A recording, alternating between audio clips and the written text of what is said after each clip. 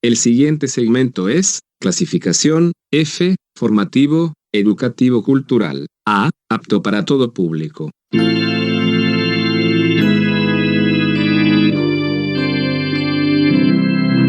Bienvenido a Hora de Estudio Bíblico con nuestro maestro el Dr. Lehman Strauss. Este estudio es el resultado del tiempo personal con el Señor, el ministerio pastoral y la experiencia en conferencias bíblicas del Dr. Lehman Strauss. Él nos instruye y alienta con la enseñanza de la palabra de Dios. Ahora, el Dr. Strauss. Gracias por sintonizar Hora de Estudio Bíblico una vez más.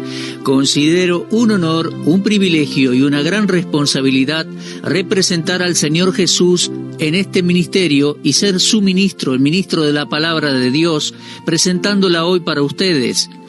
Bien, comenzando vamos a orar. Padre, al llegar al estudio final de esta serie sobre el día de Pentecostés, oramos para que suplas todas nuestras necesidades espirituales.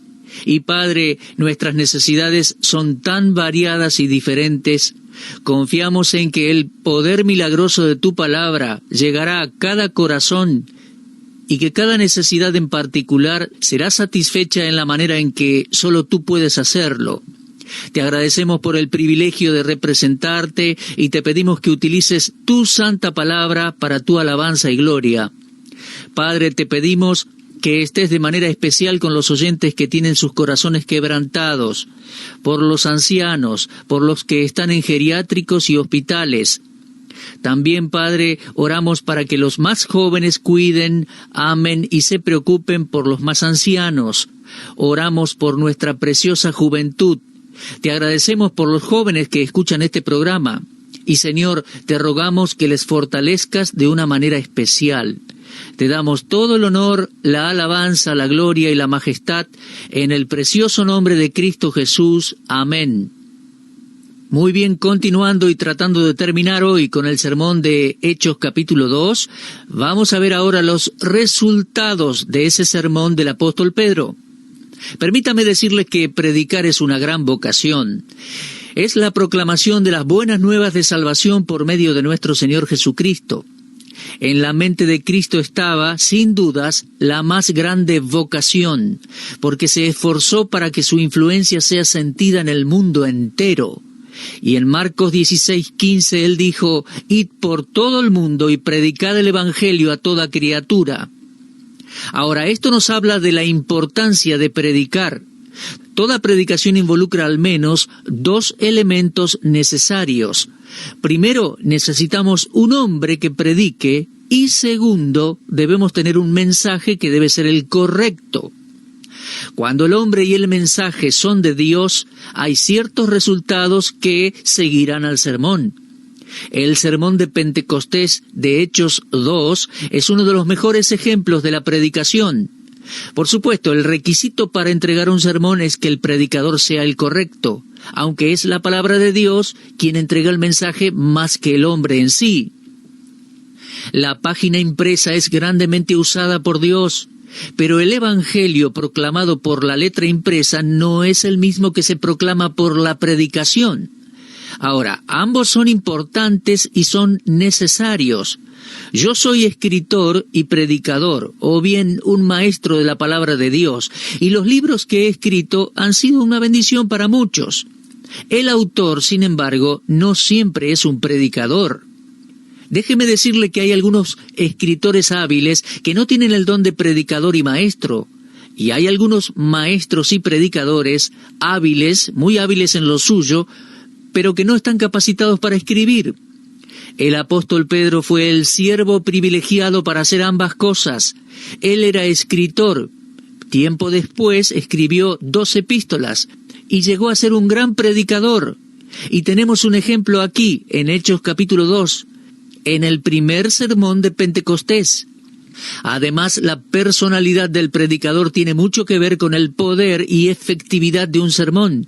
Y Pedro poseía la clase de personalidad que Dios podía usar en la predicación de su palabra. Entonces el sermón se convierte en parte del predicador, parte de su vida. Si este no es un hombre de profunda piedad y pureza, que puede expresar con fuerza la verdad por medio de su carácter y personalidad, no tendrá éxito para Dios. Él puede impresionar a los hombres con sus palabras, su buen parecer, con una fina personalidad tal vez, pero no puede ser una máquina expresando la verdad mecánicamente cuando esa verdad es la verdad de Dios que debe ser expresada en el poder del Espíritu Santo. Pedro era un hombre verdaderamente salvo y allí en Pentecostés él no era solo un hombre salvo, también un hombre lleno del Espíritu Santo, y el efecto de su vida y predicación es digno de observarse. Cuando Pedro predicó su sermón, desplegó un conocimiento práctico de la palabra de Dios. El mensaje era bíblico, el mensaje era cristocéntrico, transmitiendo la verdad completa respecto a Jesucristo en una secuencia ordenada que podemos ver en los versículos 22 al 32. Esta es la clase de predicación que permanece. ¿Qué resultados debe uno esperar de un sermón como este? Un sermón que es espiritual y cristocéntrico, que es predicado con valentía y convicción. El primer sermón de Pentecostés debe ser estudiado cuidadosamente. Según mi entendimiento, es una obra maestra. Sirve como modelo para todas las predicaciones. Pero se necesita más que un hombre y un mensaje para producir resultados. El secreto de los resultados del sermón de Pedro estaban en el poder no visible del Espíritu Santo. Ninguna personalidad humana ni la elocuencia pueden alcanzar tal resultado glorioso si no fuera por la persona y la obra del Espíritu Santo.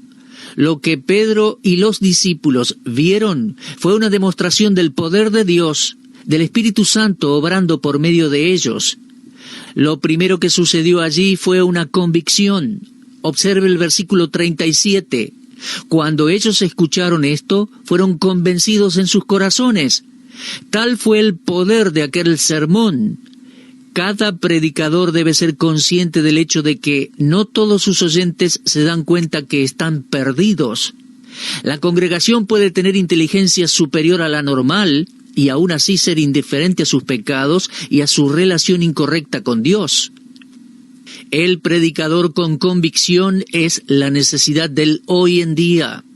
Los hombres no solo deben ver la vileza de sus pecados, sino que también se les debe hacer sentir la fuerza de la revelación comprometedora de esos pecados. Se les debe hacer reconocer la perversidad y lo terrible que es el pecado. Ese pecado debe ser revelado tal cual es y debe llegar a ser sobremanera pecaminoso de acuerdo a Romanos 7:13. Cada vez que aparece la convicción verdadera, es siempre la obra del Espíritu Santo. ¿Acaso no dijo el Señor Jesús que cuando viniera el Espíritu Santo, Él convencería al mundo de pecado? Lo leemos en Juan 16:8.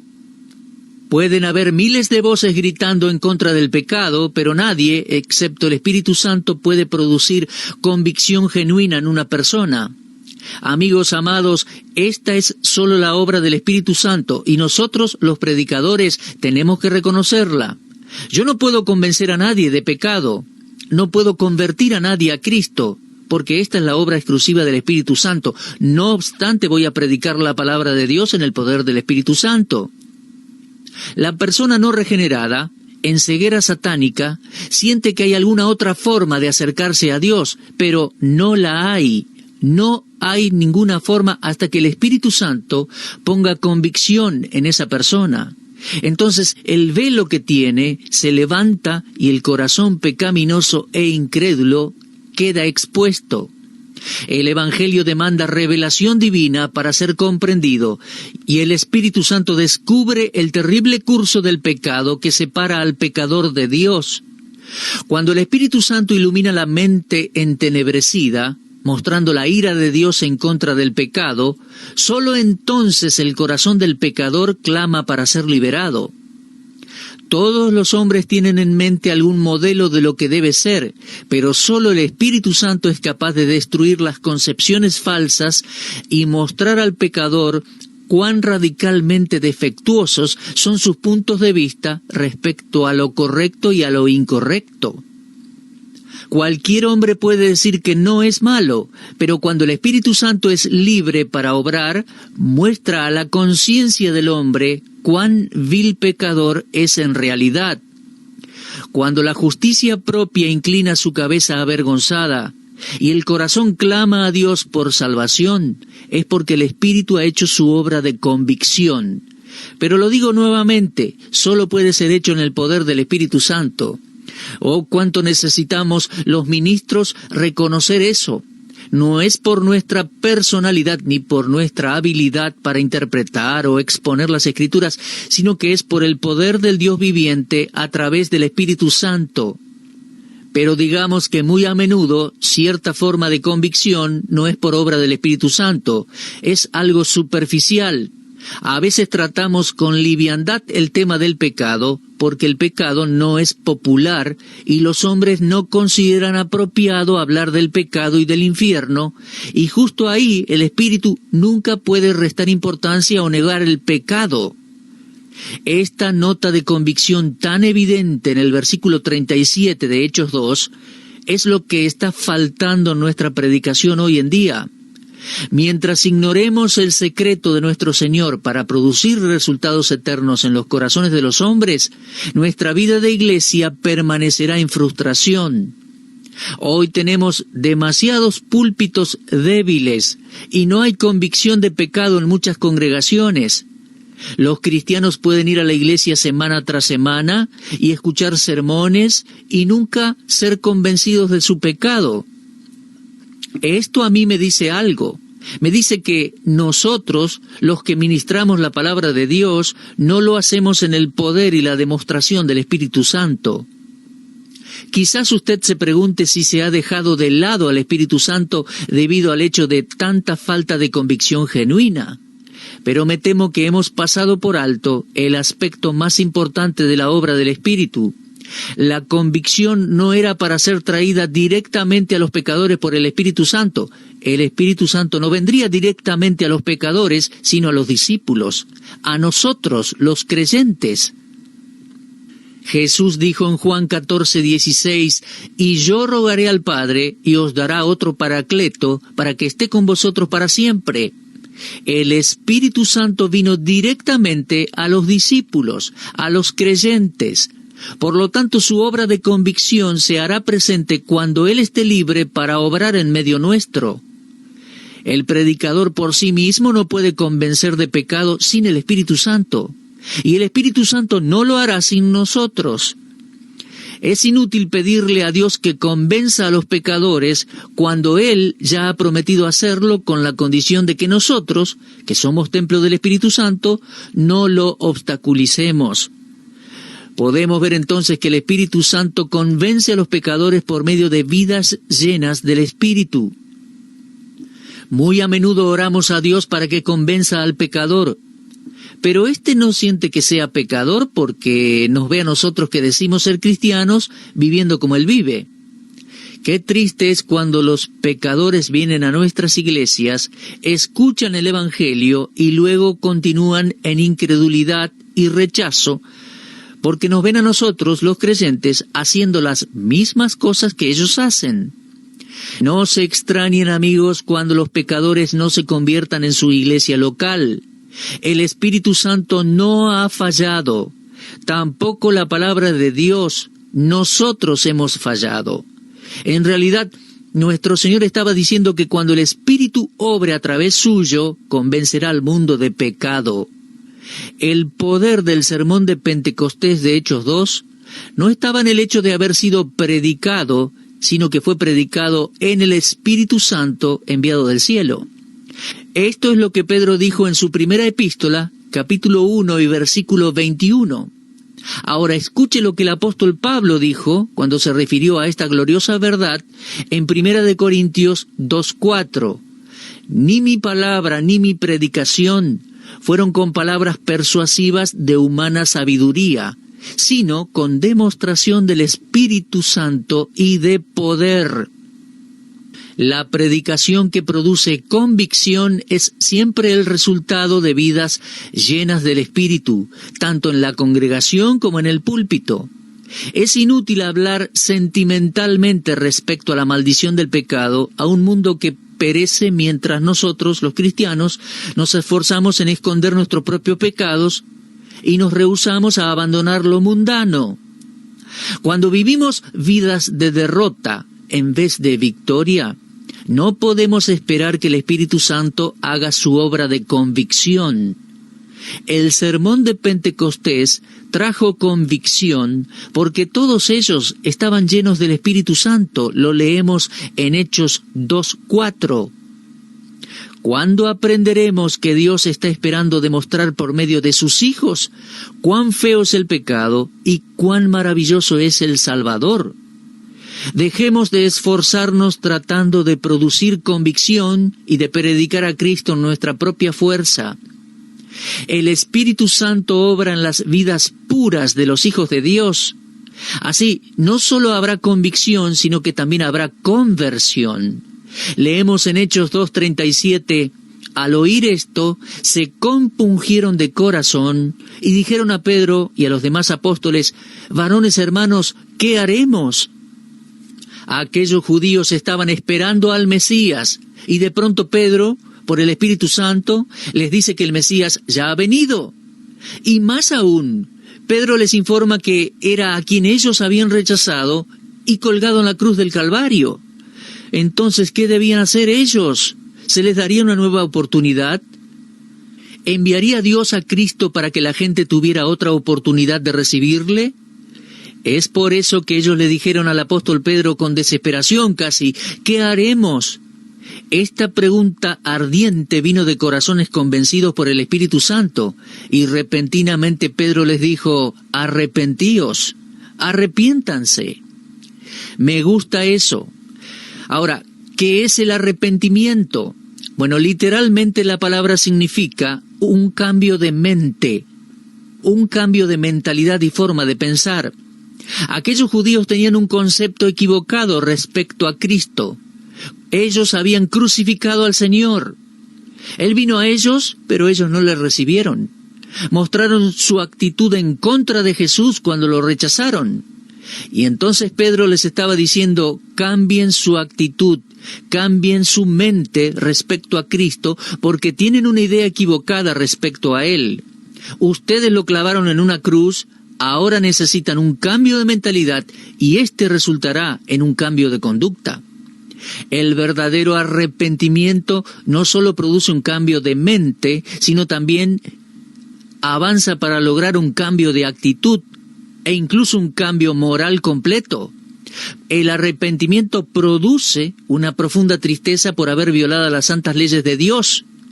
Los creyentes tesalonicenses experimentaron un verdadero arrepentimiento. Se volvieron a Dios dejando los ídolos para servir al Dios vivo y verdadero. Lo leemos allí en 1 Tesalonicenses 1:9. Su arrepentimiento no fue el resultado de la simple predicación de la palabra, porque Pablo dice en 1 Tesalonicenses 1:5, nuestro evangelio no llegó a vosotros solamente en palabras, sino también en poder del Espíritu Santo y en plena certidumbre, como bien sabéis. Así vemos que los resultados fueron alcanzados por la combinación de una vida entregada a la predicación de la palabra de Dios y el poder de la persona del Espíritu Santo. Los sermones de Pedro y de Pablo fueron predicados en el poder del Espíritu Santo. Eran sermones llenos de poder. Los primeros resultados del sermón de Pentecostés fueron sobresalientes. El escritor Lucas, el escritor del libro de los Hechos, nos dice que fueron añadidas 3,000 personas en aquella jornada. Lo leemos en Hechos 2:41. Estos resultados no fueron producidos por la elocuencia de Pedro ni por un argumento lógico, sino porque su declaración de la verdad respecto a Jesús fue comunicada en el poder del Espíritu Santo. Por la demostración de la verdad en la mente y en los corazones de aquellos que escucharon, muchos hombres fueron salvos y la iglesia crecía. Hoy se dice que es difícil que la gente se arrepienta y se convierta, pero es justo allí donde el Espíritu Santo viene en nuestra ayuda Y las decisiones que nosotros no podemos hacer que los hombres tomen, Él lo hará. Nosotros prestamos atención a la cantidad de convertidos que llevamos a confesar a Cristo con sus labios, pero, queridos amigos, nos hemos olvidado de algo, que ningún hombre puede decir que Jesús es el Señor si no le fuere dado por el Espíritu Santo, como leemos en 1 Corintios 12:3. Cuando el Espíritu obra, los hombres serán profundamente convertidos.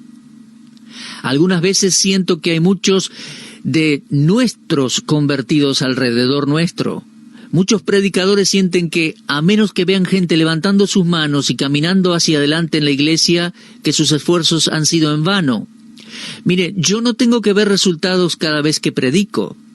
Yo sé que si soy fiel a la palabra de Dios y vivo en obediencia a ella, Dios va a honrar la predicación de su palabra, aunque yo no vea gente caminando por el pasillo de la iglesia o levantando la mano. Conocí personas que conocieron a Cristo como Salvador y se acercaron a mí al terminar una reunión para compartirme su decisión. El poder de un sermón que es preparado y predicado bajo el liderazgo del Espíritu Santo nunca podrá ser expresado con palabras. Los resultados no se han registrado con exactitud en la iglesia, pero ellos están inscritos eternamente en el libro de la vida del Cordero. Cuando Pedro predicó, los convertidos no eran sus convertidos, sino que eran los convertidos de Dios. Ellos no fueron recibidos por el predicador en una gran catedral, o en aquella iglesia bautista o presbiteriana, o de otra denominación. Se nos dice que fueron añadidos a la iglesia luego de haber sido salvos, y nada más. Lo leemos en Hechos 2:47. Me temo que mucha predicación hoy no tiene poder.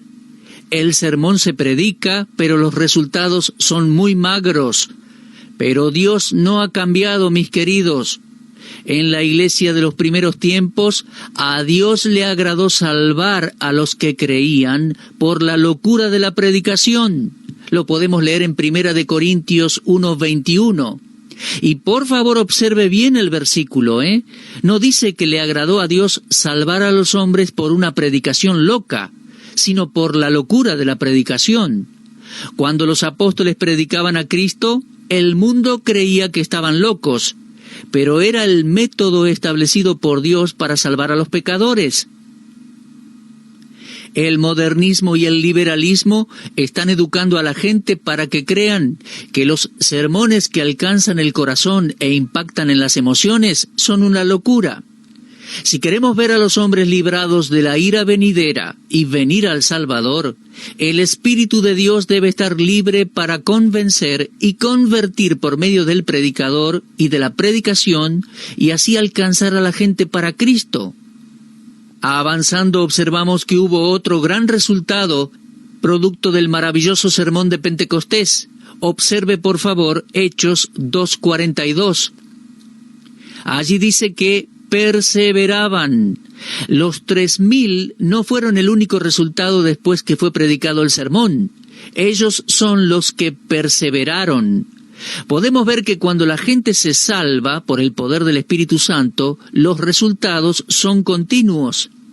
Mientras les hablo a ustedes, yo estoy sentado frente a este micrófono.